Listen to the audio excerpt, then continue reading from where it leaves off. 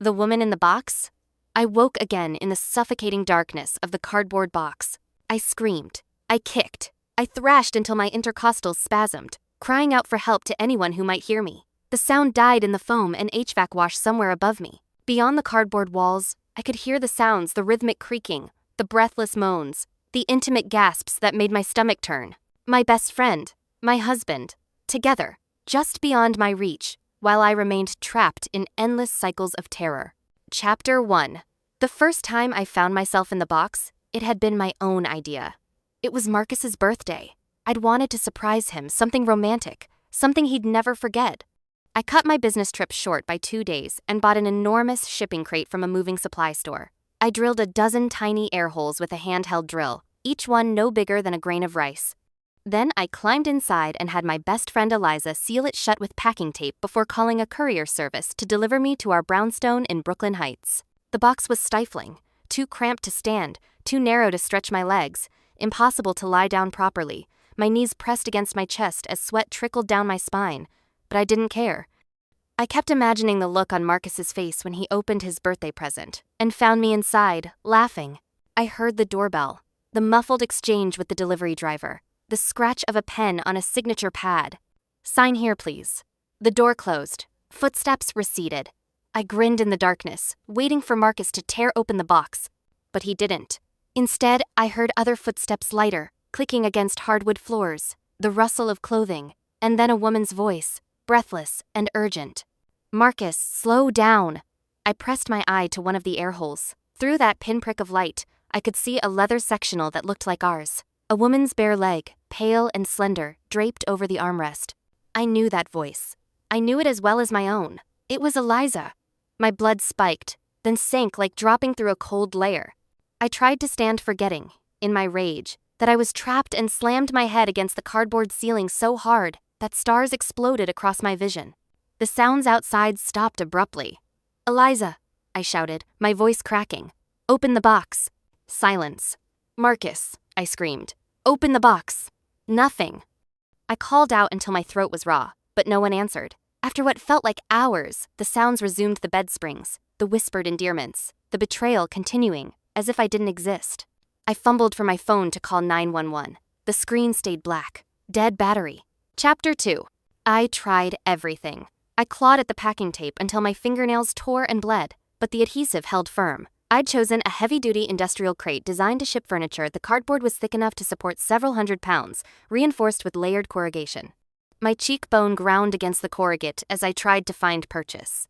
I threw myself against the walls, trying to tip the box over. It toppled. I kept rolling, again and again, slamming my body against the floor with each rotation until I was certain I'd cracked a rib. Someone pounded on a door somewhere. "Help!" I screamed. "Help me, I'm trapped!" But my voice emerged muffled, dampened by something I couldn't see. An HVAC system hummed steadily above me, and beneath it, a white noise generator. I could hear the distinctive static undertone now that I was listening for it. The pounding stopped. I heard the door open, heard a woman's embarrassed laugh. Oh my. I didn't realize you two were. I'm so sorry for interrupting. Just keep it down, will you? The door closed. I tried to scream again, but my voice was giving out. Through my air holes, I caught a glimpse of something. A shipping receipt, half crumpled on the floor. The logo read Metro Furniture Rental, Est, 1987. A phone number 718-555-0147. A PO number, MFR 92847. I repeated them silently until they burned into my memory. Why would there be a rental receipt? We owned our furniture. The apartment door opened and closed. Footsteps retreating. They were leaving. "Marcus." I mouthed the word, though no sound came. "Eliza." The only answer was the click of a deadbolt. Darkness swallowed me whole. Even the thin beams of light from my air holes had vanished. Someone had switched off all the lights. I told myself they would come back. They had to. If I died, they'd be murderers. But then another thought crept in. They could simply open the box after I was dead. Pretend they'd never known I was inside. Who could prove otherwise? I had bought the crate myself. Eliza had sealed it when no one else was around. Hunger gnawed at me. Thirst cracked my lips. Pain radiated from every part of my body. Eventually, mercifully, I lost consciousness. Chapter 3. I woke to the same sounds. The bed springs. The gasping. The betrayal. For a moment, joy flooded through me. I was alive. I had survived. But something was wrong. I wasn't thirsty anymore. My throat didn't hurt the same way, still raw, but no longer shredded. When I touched my fingers to where my nails had torn, the wounds were still there, but scabbed over. Days of healing, compressed into what felt like hours. And there was something else. The inside of my left elbow throbbed. I pressed it and felt the telltale raised welt of a recent IV insertion. My fingertips found adhesive residue in a rectangle pattern, the ghost of a tegaderm dressing. The faint sting of chlorhexidine lingered on my skin. Eliza was a nurse at New York Presbyterian. She would know how to sedate someone, how to keep them alive but compliant. The realization crystallized. I wasn't dying and being reborn. Someone was taking me out of the box when I lost consciousness, treating my wounds, feeding me through an IV, then putting me back inside to wake up and suffer again. This time, I didn't waste energy screaming. I stayed quiet, conserving my voice, listening. The sounds of intimacy continued on a loop, too consistent, too rhythmic. I pressed my ear against the cardboard and detected the slight electronic flatness of a recording, the telltale compression smear on sibilants, the way the S sounds blurred into static, AAC encoding artifacts. Then a glitch. The playback skipped, repeating the same moan twice in succession before correcting itself. A buffer error. Digital, not human. Someone knocked on the door. I started to scream, but before I could say more than help, another voice cut in. My own voice, recorded, screaming in apparent ecstasy. The sound drowned out everything else. They had recorded me. They were using my own voice against me. The door closed. Footsteps retreated. I was alone with the playback again. I noticed the temperature had changed. Marcus's birthday was September 10th. The weather had been mild, 70 degrees, perfect early autumn. Inside the box, I'd been sweating, overheated from the stuffiness. But now I was cold, genuinely cold, shivering in my thin blouse. Time was passing, weeks, maybe longer. Chapter 4. The cycles blurred together. I would wake to the same sounds, the same stifling darkness. I would scream until my vocal cords gave out, roll the box until my body was a mass of bruises, claw at the cardboard until my fingers bled. Then I would lose consciousness and wake up with new IV bruises rotating up my arms, from antecubital fossa to forearm to the dorsum of my hand, a few sites showing the tenderness of early phlebitis.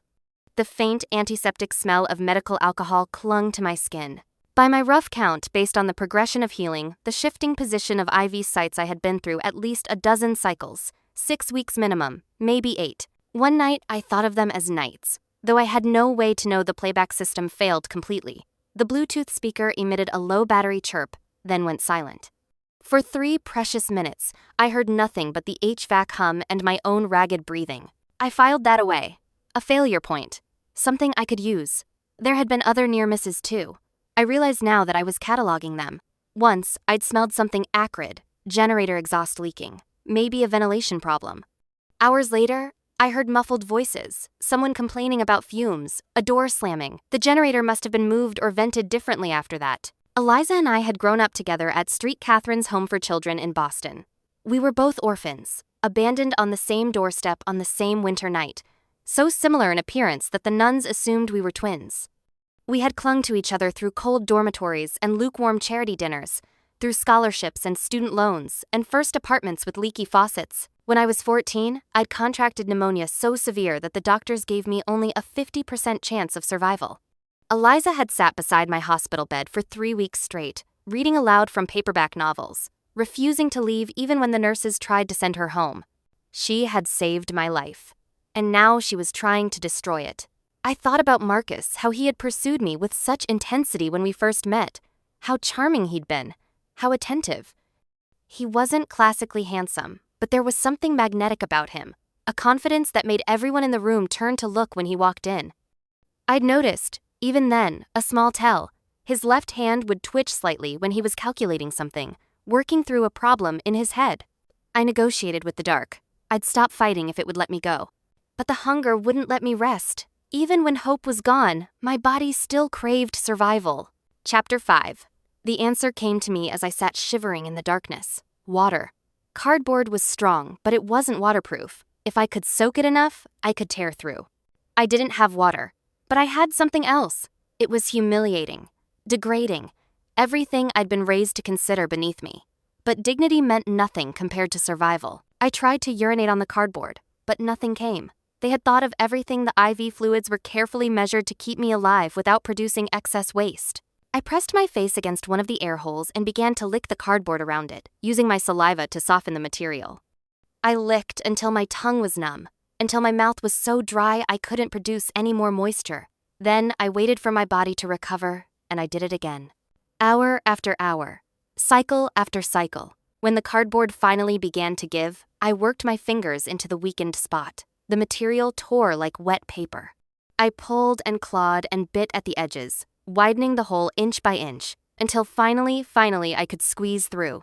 I tumbled onto a dusty concrete floor, gasping, trembling, free. But when I looked around, my triumph curdled into confusion. This wasn't my apartment. I was in an abandoned building, water-stained walls, exposed wiring, industrial foam panels bolted to every surface. The leather sectional sat incongruously in the center of the room, but everything else was wrong. No kitchen, no bedroom, just a staged set piece, surrounded by concrete and decay. Against the far wall, I spotted the equipment. A Bluetooth speaker connected to a laptop, both plugged into a generator, a white noise machine, recording equipment with multiple tracks queued up, and on the floor, near the door, a courier manifest. I crawled over and read it. Metro Furniture Rental, delivery to 847 Beach 54th, St. Arvern, Queens. M. Volkov, the same company. The phone number matched, 718-555-0147. The PO number, MFR 92847, dated September 8th, 2 days before Marcus's birthday. Volkov. Not Ashford, not Mercer. I staggered to the window. Through the grimy glass, I could see empty streets, boarded-up row houses, a neighborhood marked for demolition. Far Rockaway, miles from anywhere. The door was locked from the outside, but there was a fire escape. I forced the window open, feeling the December cold bite into my skin. The winter metal of the fire escape searing my palms. Generator fumes lingered in the stairwell, 4 stories up. The ladder was rusted but intact. I climbed down and ran. Chapter 6. The detective at the 84th Precinct in Brooklyn Heights listened to my story with an expression caught between skepticism and concern. "Let me understand this," he said slowly. "You're saying your husband, Marcus Ashford, and your friend Eliza Mercer conspired to trap you in a shipping crate and psychologically torture you for months?" I nodded, my hands still shaking around the styrofoam cup of coffee they'd given me. I pulled back my sleeve, showing him the constellation of IV bruises up my arm. The detective, his nameplate, said Lieutenant Reeves, exchanged a look with his partner. "Ma'am, on September 10th, your husband filed a missing persons report at 2 a.m. He'd been trying to reach you all day. When you didn't come home from your business trip as scheduled, he flew to Chicago to look for you, found out you'd left early, flew back. By the time he got here, you were gone." I stared at him. "He's been here every day since," Lieutenant Reeves continued, "sleeping in the waiting room, calling every hospital, every shelter. The man's been out of his mind with worry." "That's impossible," I whispered. "I heard him, with Eliza, in our apartment." "You heard someone call someone else Marcus," the detective said gently. "Did you actually see your husband?" I opened my mouth to answer, then closed it. I had heard Eliza say Marcus's name. I had assumed the man with her was my husband because I thought I was in my own apartment, but I hadn't been in my apartment. I had never left that abandoned building. "What about Eliza?" I asked. "We'll look into it. But I should tell you, Miss Mercer was admitted to Bellevue Psychiatric on an involuntary 9.39 hold about a week after you disappeared. Apparent psychotic break. She's been transferred to voluntary status since, heavily sedated, with sporadic releases for evaluation. The crime scene is in Queens," Lieutenant Reeves added. "Arvern, that's the 100th Precinct's jurisdiction, Queens DA. We'll take your statement here since you're the victim and this is where you came in, but we're going to hand this off to Queens for the warrant work." The door burst open. A man stumbled and wild-eyed, unshaven, his clothes stained and wrinkled. He looked like he hadn't slept in weeks. "Harper!" he gasped, and pulled me into his arms. He smelled like coffee and exhaustion and the cologne I'd bought him for Christmas. His stubble scratched my cheek as he pressed his face against my hair. Marcus. My husband. But I couldn't make myself hug him back. Chapter 7. The forensics team from Queens found exactly what I'd described. The abandoned building at 847 Beach 54th Street yielded the torn cardboard crate, traces of my DNA, scuff marks from my desperate rolling. They found the sound equipment, the generator, the staged furniture. They found fingerprints on the door handle and footprints in the dust. All of it pointed to Eliza. But the Queen's detective who'd taken over as Sergeant Delgado from the 100th wasn't satisfied. "The evidence is too clean," she told me 2 days later, spreading photographs across her desk. "Real criminals make mistakes." This crime scene looks like it was designed by someone who studied forensics, someone who knew exactly what evidence to plant and where to plant it. She pulled out a forensics report. The fingerprints on the door handle? Too perfect. Full ridge detail, no smudging, no partials overlapping. And here's the thing, we found contradictory touch DNA. The prints say Eliza Mercer, but the skin cells underneath belong to someone else entirely. Someone wore a transfer medium. She pulled out another document. "We subpoenaed cell site location data. Your husband's phone was pinging off a tower in Far Rockaway Sector 2, Southeast Azimuth, half-mile radius that includes that building on September 12th, 15th, 22nd, October 3rd, 8th. At least twice a week for 3 months." My stomach dropped. "He filed a missing persons report," I said. "He was looking for me." We cross-referenced with ALPR data, automated license plate readers on the Cross Bay Bridge. His car crossed into the Rockaways on dates matching those cell pings, and toll records from the Marine Parkway Bridge. The pattern doesn't look like searching. It looks like visiting. Sergeant Delgado leaned forward. "Mrs. Ashford, I think someone wanted us to believe your friend committed this crime, but the forensics and the location data tell a different story." Chapter 8. The Queen's ADA was skeptical. "Cell site data and ALPR hits put him in a half-mile radius," she said, a sharp woman named Chen with reading glasses perched on her nose. "That's circumstantial. His attorney will argue he was searching for his missing wife. We need more before I can approve a search warrant." Sergeant Delgado nodded. "Which is why we want a pen register on his phone, and we found a name on the courier manifest. Volkov. M. Volkov." I confirmed. "We found a Natasha Volkov in your husband's phone records. They've been in contact for 4 years, predating your marriage by 18 months. 4 years, before he'd even met me. We want to bring her in," Sergeant Delgado continued, "but we don't have enough to compel her. If we could get her to make a statement voluntarily." "New York is a one-party consent state," ADA Chen said carefully. "If you were to have a conversation with Miss Volkov, and you consented to recording it." I understood what she was asking. "Give me her number."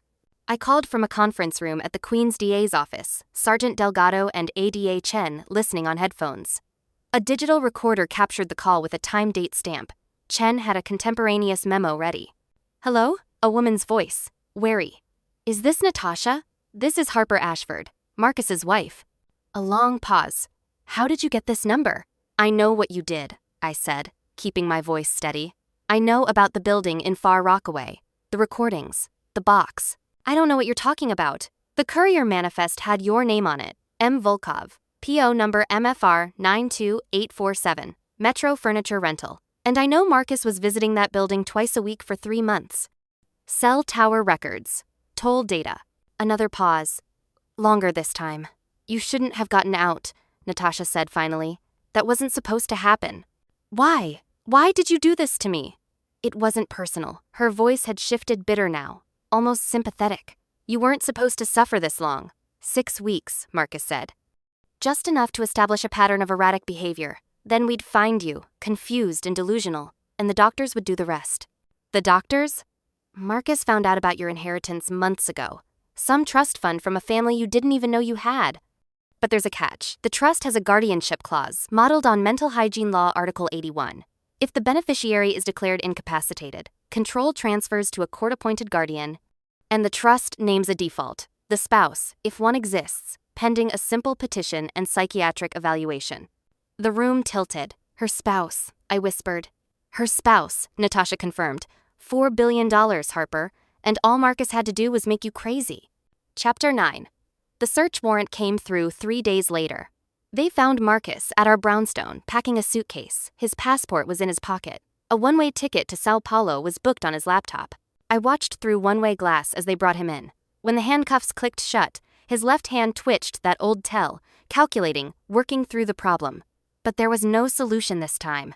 Natasha had already been taken into custody. The recorded call, combined with the physical evidence, CSLI, ALPR hits, and toll records, had been enough for the warrant. A search of her apartment turned up additional proof: photos of me unconscious, medical supplies, a burner phone with texts coordinating the operation. And they found the rest of the plan: Marcus had learned about our parentage years ago during a business trip to San Francisco. He'd seen Theodore Mercer, a real estate developer worth approximately $4 billion at a conference, noticed the resemblance to me and Eliza, and done his research. When he discovered the kidnapping story twin daughters stolen from their nursery 29 years ago, he'd secretly obtained DNA samples and confirmed our identities. He had never told me. Instead, he had pursued me, married me, and waited. When Theodore Mercer established an irrevocable dynasty trust for his missing heirs with the guardianship provision that transferred control to the spouse if a beneficiary was declared incapacitated, Marcus had seen his opportunity. Natasha, his longtime accomplice, had done prior stagehand work in theater and knew how to build a convincing set. She'd obtained contractor badges for vacant properties through a contact in building management. The soundstage in Far Rockaway had taken them 3 weeks to construct. The frame job against Eliza was insurance. If I was found raving about my best friend torturing me, it would strengthen the case for my mental instability. And if Eliza was imprisoned for the crime, she couldn't claim her share of the inheritance. Eliza's nervous breakdown had been real, but not voluntary. Natasha had drugged her coffee the morning after I disappeared, then called 911 when Eliza began hallucinating. The psychiatric hold had been a convenient way to keep her isolated while Marcus executed his plan.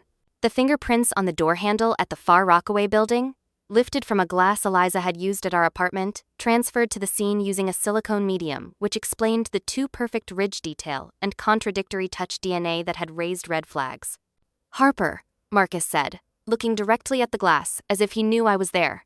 "Harper, you don't understand." I turned away before he could finish. Chapter 10. The bail hearing was 3 days later. Marcus's attorney argued against remand, but the judge was unimpressed. Flight risk was obvious: the Sao Paulo ticket, the packed bag, the passport in his pocket. She set bail at $2 million with GPS monitoring, a 9 p.m. curfew, and exclusion zones around my hotel and Eliza's residence. Pretrial services would check in daily. He posted bail. He violated twice.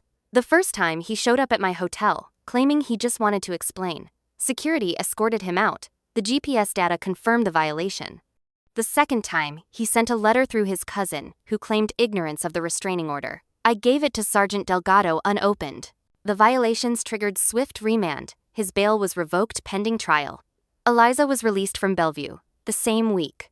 The toxicology report confirmed she'd been drugged with a compound that induced temporary psychosis, something Natasha had access to through her job as a pharmaceutical sales rep. We met at a coffee shop in Park Slope, neutral ground. She looked thinner than I remembered, with dark circles under her eyes that matched my own. "I'm sorry," I said, "for doubting you, even for a second." "Don't be." She squeezed my hand. He was good. He almost fooled everyone. Theodore Mercer arrived from San Francisco the following Tuesday. He was waiting for us in a conference room at the Mercer Foundation offices, a silver-haired stranger with our mother's eyes, his hands trembling so badly he couldn't hold his coffee cup.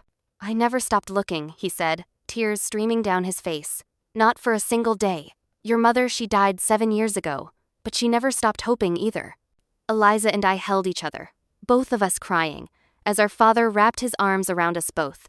Later, walking through Prospect Park as the winter sun set, Eliza asked the question I'd been avoiding. "What happens now?" Now? I watched a family of ducks glide across the lake, oblivious to the cold. Now we have a family, a real one.